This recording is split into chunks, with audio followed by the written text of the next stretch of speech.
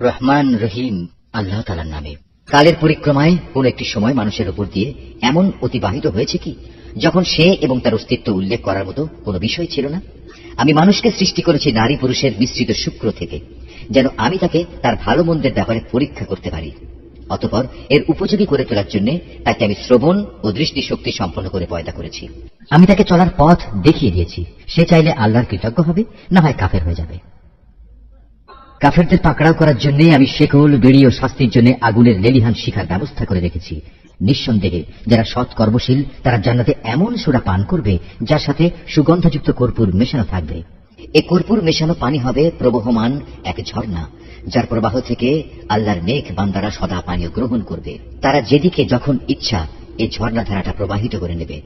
এরা হচ্ছে সেসব লোক যারা মানত পূরণ করে এবং এমন একদিনকে ভয় করে যেদিনের ধ্বংসলীলা হবে ব্যাপক ও সুদূর প্রসারী। এরা শুধু আল্লাহর ভালোবাসায় উদ্বুদ্ধ হয়েই ফকির, মিসকিন, এতিম ও কয়েদিদের খাবার দেয়। খাবার দেওয়ার সময় এরা বলে, আমরা শুধু আল্লাহ তাআলার সন্তুষ্টির জন্যই তোমাদের খাবার দিচ্ছি। বিনিময়ে আমরা তোমাদের কাছ থেকে কোন রকম প্রতিদান চাই না, না চাই কোন রকম কৃতজ্ঞতা জ্ঞাপন। আমরা তো সে দিনটির ব্যাপারে আমাদের প্রতিপালককে ভয় করি, যে দিনটি হবে অতীব ভয়ঙ্কর। এরা যেহেতু এই দিনটিকে বিশ্বাস করেছে, তাই আল্লাহ তাআলা আজ তাদের সেদিনের যাবতীয় অনিষ্ট ও ক্ষতি থেকে রক্ষা করবেন। আজ তিনি তাদের সজীবতা ও আনন্দ দান করবেন। এরা যে কঠোর ধৈর্য ও সহিষ্ণুতা প্রদর্শন করেছে তার পুরস্কার হিসেবে আল্লাহ তাআলা তাদের জান্নাত ও রেশমি বস্ত্র দান করবেন। সেই মনোরম জান্নাতে তারা সুসজ্জিত আসনে হেলান দিয়ে বসবে। সেখানে সূর্যের তাপ যেমন তারা দেখবে না, তেমনি দেখবে না কোন রকম শীতের প্রকোপ। তাদের উপর জান্নাতে তার গাছের ছায়া ঝুঁকে থাকবে। তার ফল পাকড়াকে তাদের আয়ত্তাধীন করে দেয়া হবে।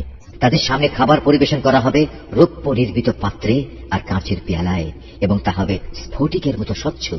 রূপালী স্ফটিক পাত্র, যার সবটুকুই পরিবেশনকারীরা যথাযথভাবে পূর্ণ করে রাখবে। সেখানে তাদের এমন এক অপূর্ব সুরা পান করানো হবে যার সাথে মেশানো হবে জানজাবিল নামের এক মূল্যবান সুগন্ধ। তাতে রয়েছে জান্নাতের এক অমীয় ঝর্ণা, যার নাম রাখা হয়েছে সালসাবিল। তাদের চারিদিকে ঘোরাঘুরি করবে একদল কিশোর বালক, যারা বয়সের ভারে বৃদ্ধ হয়ে যাবে না, চিরকাল কিশোর থাকবে। যখনই তুমি তাদের দিকে তাকাবে মনে হবে এরা বুঝি কতিপয় ছড়ানো ছিটানো মুক্তা। সেখানে যখন যেদিকে তুমি তাকাবে দেখবে শুধু নিয়ামতেরই সমারোহ। আরো দেখবে নিয়ামতের উপচে পড়া এক বিশাল সাম্রাজ্য। বেহেশতবাসীদের পরনের কাপড় হবে অতি সূক্ষ্ম সবুজ রেশম ও মোটা মখমল। তাদের পরানো হবে রূপার কঙ্কন। তদুপরি তাদের মালিক সেদিন তাদের শরাবান তাহুরা, মহাপবিত্র উৎকৃষ্ট পানীয় পান করাবেন। তাদের মালিক বলবেন, হে আমার বান্দারা, এ হচ্ছে তোমাদের জন্য আমার পুরস্কার এবং তোমাদের যাবতীয় চেষ্টা সাধনার স্বীকৃতি। হে নবী, আমি এ মহাগ্রন্থ কোরআন ধীরে ধীরে তোমার উপর নাযিল করেছি। সুতরাং এদের ব্যাপারে ধীরে ধীরে তুমি ধৈর্যের সাথে তোমার মালিকের নির্দেশের অপেক্ষা করো। আর এদের মধ্যে যারা পাপী ও সত্যের পথ প্রত্যাখ্যানকারী, অথবা তাদের কথা শুনবে। তুমি সকাল সন্ধ্যা শুধু তোমার মালিকের নাম স্মরণ করতে থাকো। রাতের একাংশ তার সামনে সাজদার মতো থাকো এবং রোদের দীর্ঘ সময় ধরে তার মহবান ও পবিত্রতা ঘোষণা করতে থাকো। এরা বৈষয়িক স্বার্থে এ সহজলভ্য পার্থিব জগৎকে বেশি ভালোবাসে এবং পরে যে তাদের উপর একটা কঠিন দিন আসছে তা এরা উপেক্ষা করে।